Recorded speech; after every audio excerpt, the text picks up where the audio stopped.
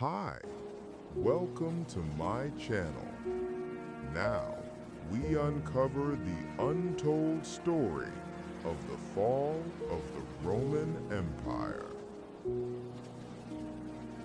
For more than 1,000 years, the Roman Empire stood as one of the most powerful civilizations the world had ever seen. Its armies conquered lands from Britain to Egypt. Its laws shaped modern government, and its culture influenced almost every part of Europe. But by the 5th century AD, this great empire, once unstoppable, began to fall apart. This is the story of how Rome rose to glory and then collapsed into ruins. The glory of Rome. The Roman Empire began as a small city on the banks of the Tiber River in Italy. In 27 AD, Octavian, later known as Augustus, became the first Roman emperor. Under his rule, Rome entered a period of peace and prosperity called the Pax Romana, which means Roman peace. For nearly 200 years, Rome dominated the ancient world. Magnificent roads, aqueducts, and cities were built across Europe, Africa, and Asia. The Romans introduced advanced engineering, organized law, and a strong army that could defeat any enemy. From the Colosseum to the Pantheon, their architecture became a symbol of power and order. At its height, the Roman Empire stretched across 3 continents and ruled over 70 million people. But even at its peak, cracks began to appear. Managing such a vast empire was expensive. To defend the long borders against invaders, Rome needed a huge army, and that cost a lot of money. Heavy taxes were placed on citizens, and corruption spread among government officials. Rich people became richer, while poor farmers struggled to survive. Slowly, loyalty to Rome weakened. In the 3rd century AD, Rome suffered a period of chaos known as the crisis of the 3rd century. There were dozens of short-lived emperors, economic collapse, and constant wars. Civil war and foreign invasions pushed the empire to the edge of destruction. Division of the empire.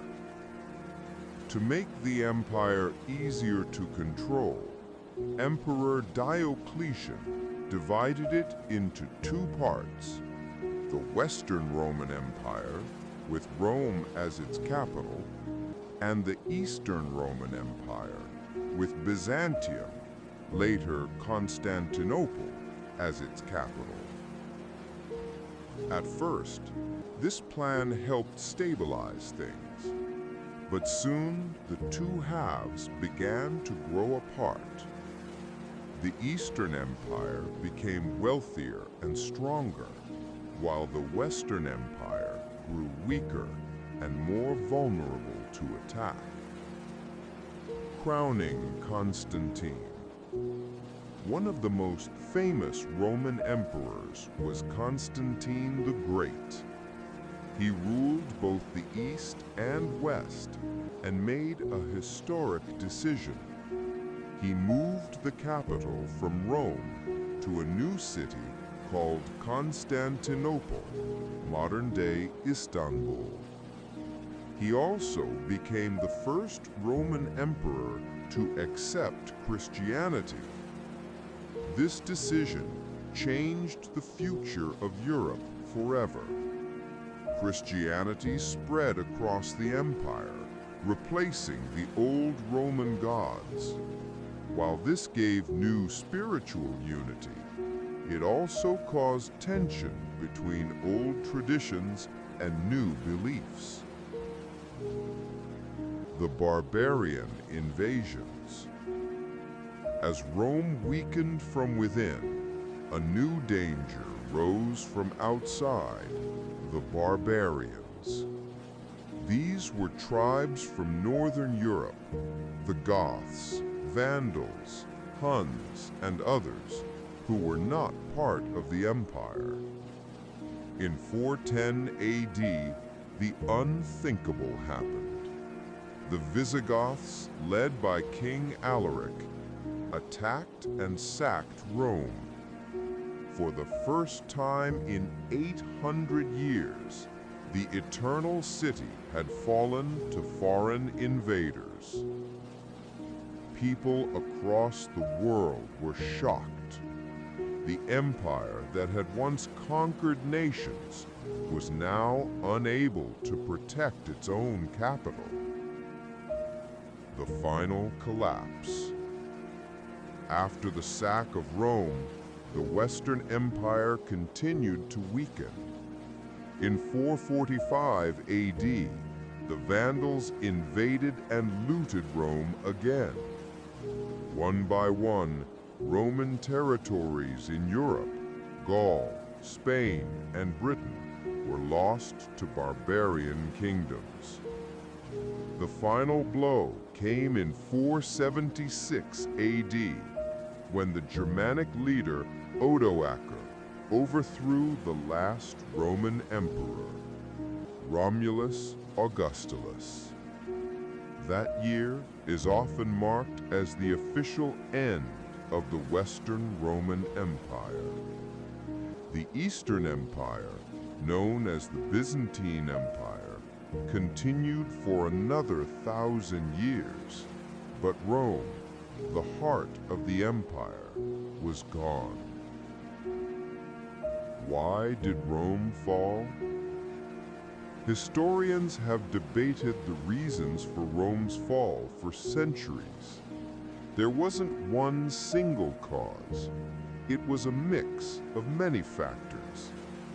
Economic decline, heavy taxes, inflation, and poor harvests weakened the economy. Military problems. The army relied more on foreign mercenaries who had little loyalty to Rome. Political corruption. Power struggles and weak leadership created chaos. Overexpansion. The empire grew too large to manage effectively. Moral decline. Some writers believed that Romans had become too lazy and lost their discipline. Barbarian invasions. The final strikes that ended the empire's power. The legacy of Rome.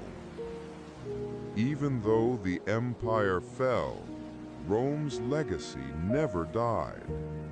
Its laws influenced modern legal systems. Its language, Latin, evolved into many European languages, such as Italian, French, and Spanish. Its architecture inspired buildings around the world, from Washington, D.C. to London. And its ideas of government, citizenship, and engineering still shape our modern world. The fall of the Roman Empire was not just an end, it was a transformation.